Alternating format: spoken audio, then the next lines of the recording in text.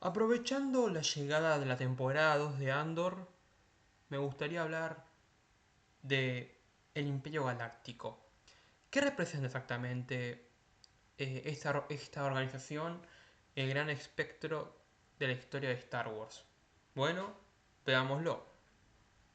Primero de todo, en un sentido muy superficial, el Imperio Galáctico es básicamente nazis en el espacio. De hecho, creo que esa es la comparación a la que todos llegamos cuando vimos por primera vez las películas.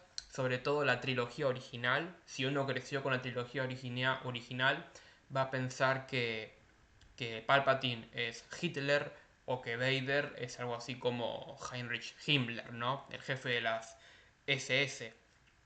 Eh, y si bien es así, porque obviamente primero de todo el imperio es una organización totalitaria, es decir, que tiende a concentrar no solo todo el poder político, sino también todo el poder social, porque el imperio se mete en cada aspecto de la vida de sus habitantes, de los planetas que controla, pero por otro lado tampoco cumple con los requisitos eh, básicos para ser considerado un fascismo como tal.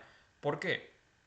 Primero de todo porque el fascismo, aunque mucha gente no lo crea, es una ideología revolucionaria, es decir, con un énfasis mucho en esto de que hay que derrocar el status quo e instaurar un nuevo orden con la raza pura o con la nación pura.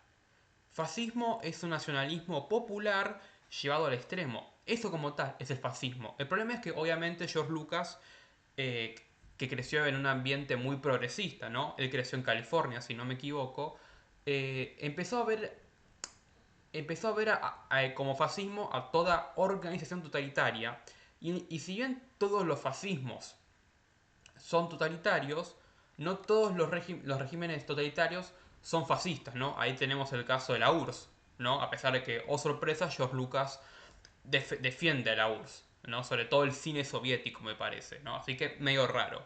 Pero técnicamente hablando, como ya dije, el fascismo es una ideología revolucionaria. Es decir, tiene su base en algunas ideas que surgieron a partir de la Revolución Francesa. Solamente que, a diferencia del ala más liberal, por así decirlo, el fascismo se enfoca sobre todo mucho en la idea de nación o de grupo sobre el individuo y cómo eso cómo la vida colectiva define la vida de los individuos, ¿no? Que justamente lo colectivo está por encima del individuo, ¿no? En cambio, parece que George Lucas, perdón, que el emperador Palpatine sacó su manual ideológico no tanto del fascismo, sino no tanto del Mein Kampf o de Mussolini, sino más bien de un libro incluso más viejo llamado El Leviatán, escrito en el siglo XVII por el filósofo inglés Thomas Hobbes. En esta obra, Hobbes decía que en el estado de naturaleza, es decir, cuando el humano no vivía en comunidad, todo era una mierda porque nos matábamos entre sí por ambición, por celos, por riquezas, o sea, era un estado caótico, un estado de guerra. Y justamente para evitar todo esto es que se crea el Leviatán. Porque cuando el hombre entra en comunidad, según Hobbes, entrega todos sus derechos y todas sus obligaciones a un ente superior, que en este caso sería el Estado encarnado por un soberano, ¿no? Recordemos que Hobbes vivió en la época de las monarquías absolutistas. Así que, ¿qué pasa? ¿Para qué se crea el Leviatán? Para evitar que nos matemos y garantizar el orden. Entonces, esto es muy importante. Recuerden, el fascismo es una ideología revolucionaria, pero Hobbes, Hobbes hace mucho énfasis en el orden, es decir, que dentro de la concepción hobbesiana del ser humano, no podemos gozar de tanta libertad porque si no nos matamos, porque si no literalmente nos autodestruimos. Y esa es justamente la excusa que da el emperador, o sea, Palpatine, para acabar con la república e instaurar el imperio, ¿no? Es decir, que como todo estaba yendo a la mierda por las guerras clónicas y por la supuesta traición de los Jedi, entonces tenía que venir un Leviatán, en este caso el emperador, para poner orden en toda la galaxia. Es decir, es cierto que también dentro de la saga se tocan temas como el racismo, es decir, cómo el imperio promueve una cultura centrada en el ser humano y decide discriminar al resto de especies, pero no es el centro de la historia, no es como lo súper importante, ¿no? De hecho, eh, justamente este error de interpretación surge debido a, a las propias concepciones erróneas de George Lucas, pero el imperio en sí simboliza eh, el Leviatán llevado al extremo, ¿no?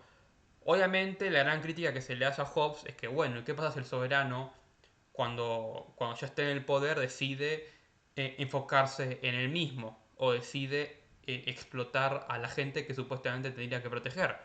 Hobbes no responde eso, así que como que deja la puerta abierta a una posible tiranía, indirectamente, ¿no? Por eso después surge la teoría de John Locke, Rousseau, que tratan de hacer un contraste con la teoría de Hobbes, pero el imperio es eso, el imperio es el leviatán de Hobbes en su expresión eh, fantasiosa, por así decirlo, ¿no? Porque además es así, o sea, repito, el imperio galáctico tiene rasgos fascistas, o que podríamos relacionar con el fascismo, pero no es fascismo como tal. Como dije, el fascismo hace mucho énfasis en la revolución, en la toma violenta del poder. Incluso si todos sus líderes llegaron al poder de manera democrática, es decir, el énfasis se hace mucho en esto de que hay que luchar contra el status quo, hay que luchar contra las clases altas que nos oprimen. Eso no plantea el emperador. El emperador no plantea luchar contra las clases altas o contra el status quo. Justamente el imperio galáctico surge para proteger el status quo que tenía la república y defender este status quo contra los separatistas, las corporaciones, los piratas, contrabandistas, rebeldes.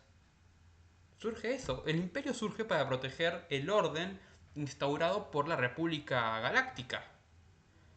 El, o sea, esa es como la gran ironía de todo, ¿no? Y bueno, gente, eso es lo que quería decir. Gracias por ver este video y nos vemos en el próximo video. Que la fuerza los acompañe, siempre.